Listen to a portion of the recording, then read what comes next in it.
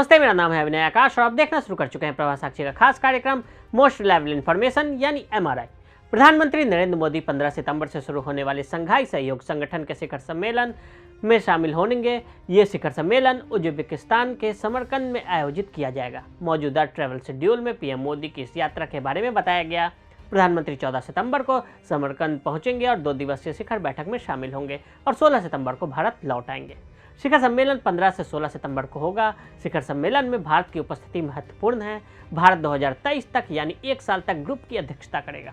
अगले साल Bharat SCO summit की मेजबानी करेगा, जिसमें चीन, रूस और पाकिस्तान के नेता शामिल होंगे।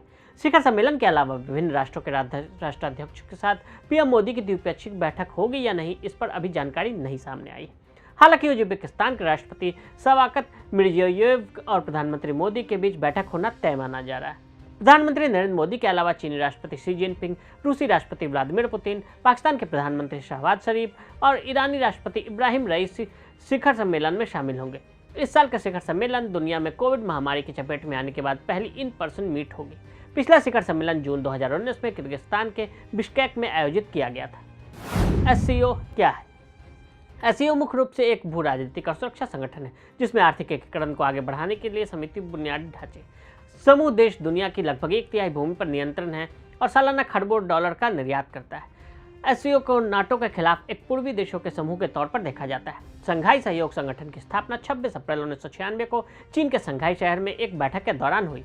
दरअसल चीन, रूस, कजाकिस्तान, किर्गिस्तान और तजाकिस्तान आपस में एक दूसरे के नस्लीय और धार्मिक तनावों से निपटने के लिए सहयोग करने पर सहमत हुए थे। इसे संघाई 5 के नाम से जाना गया, जिसके बाद जून 2001 में कजाकिस्तान, किर्गिस्तान, तजाकिस्तान, उज्बेकिस्तान, रूस और चीन के नेताओं ने मिलकर संघाई सहयोग संगठन की शुरुआत की। SCO के सदस्य कजाकिस्तान, किर्गिस्तान, तजाकिस्तान, उज्बेकिस्तान, रूस, चीन और भारत, पाकिस्तान भी संगठन के सदस्य हैं। दोनों को 2017 में शामिल किया गया था। SCO में 4 देश हैं जिन्हें ऑब्जर्वर का दर्जा प्राप्त है। ये हैं Islamic Republic of Afghanistan, the Republic of Belarus, the Islamic Republic of Iran और मंगोलिया। इसके 6 डायलॉग पार्टनर भी हैं: अजरबैजान, आर्मेनिया, कंबोडिया, नेपाल, तुर्की और श्रीलंका। नया सदस्य ईरान के सदस्य पर्यवेक्षक राज्यों में भी थी, जिसको पिछले साल ब्लॉक के स्थायी सदस्य द्वारा अनुमोदित किया गया। SCO सदस्यता के लिए ईरान की पिछली बोलियों को अवरुद्ध कर दिया गया था, क्योंकि यह संयुक्त राष्ट्र प्रतिबंधों के तहत था।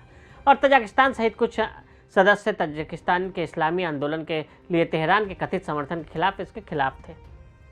शिखर सम्मेलन का एजेंडा: चीन, पाकिस्तान, रूस, भारत, तजाकिस्तान, उज्बेकिस्तान, किर्गिस्तान और कजाकिस्तान संघाई सहयोग संगठन के परमानेंट मेंबर हैं। SCO समिट ग्रुप के नए अध्यक्ष ने अपनी प्राथमिकताओं और कार्यों को पहले ही रेखांकित कर दिया है। इसमें संगठन की क्षमता और अधिकार बढ़ाने, क्षेत्र में शांति और स्थिरता सुनिश्चित करने, गरीबी कम करने, खाद्य सुरक्षा सुनिश्चित करने के प्रयास शामिल हैं। भारत के विदेश मंत्रालय की प्रेस विज्ञप्ति के अनुसार नेताओं से पिछले 2 दशकों में संगठन की गतिविधियों की समीक्षा करने और राज्य और भविष्य में बहुपक्षीय सहयोग की संभावनाओं पर चर्चा करने की उम्मीद है। बैठक में क्षेत्रीय और वैश्विक महत्व के सामयिक मुद्दों पर भी चर्चा होने की उम्मीद है। SCO प्रेसिडेंसी: उज्बेकिस्तान ने 17 सितंबर 2021 को तजाकिस्तान से संगठन की अध्यक्षता संभाली। 2022 के शिखर सम्मेलन के बाद SCO की अध्यक्षता अगले वर्ष के लिए सितंबर 2023 तक भारत को सौंपी जाएगी। सबसे अधिक संभावना है कि नई दिल्ली अगले SCO शिखर सम्मेलन की मेजबानी करेगा। SCO सम्मेलन इस बार क्यों है खास? SCO सम्मेलन इसलिए भी इस बार खास हो सकता है कि भारत और चीन के बीच हालिया वर्षों से रिश्तों में जो खटास आई है, उसमें नरमी आ सकती है। ऐसी संभावना है कि प्रधानमंत्री नरेंद्र मोदी और चीन के राष्ट्रपति शी जिनपिंग के मिलने की चर्चा हो रही है। दोनों राष्ट्राध्यक्ष इस सम्मेलन में भाग लेंगे। हालांकि दोनों देशों ने अभी तक इस मुलाकात के बारे में चुप्पी साधी हुई है, लेकिन पिछले कुछ दिनों से दोनों देशों में जिस तरह कुछ मुद्दों पर अचानक सहमति बनी है, उससे इस मुलाकात की संभावना नजर आ रही है। ऐसे में इस बात की भी चर्चा है कि दोनों देशों के नेता अगर मिलते हैं तो LAC के अलावा व्यापार से जुड़े मसले पर भी चर्चा हो सकती है। मिलेंगे मोदी और शहबाज: इस सम्मेलन की इसलिए भी ज़्यादा चर्चा है क्योंकि इसमें पीएम मोदी और पाकिस्तानी प्रधानमंत्री शहबाज शरीफ भी आमने सामने आ सकते हैं। वैसे तो दोनों नेताओं की मुलाकात से भारत ने इनकार किया है, लेकिन पाकिस्तानी मीडिया ने उज्बेकिस्तान के समरकंद में पीएम मोदी और शहबाज शरीफ के बीच बैठक की संभावना जताई है। पाकिस्तान इन दिनों बाढ़ और आर्थिक संकट से जूझ रहा है। ऐसे में हो सकता है कि आते जाते प्रधानमंत्री शहबाज शरीफ को हिम्मत दे सकते हैं।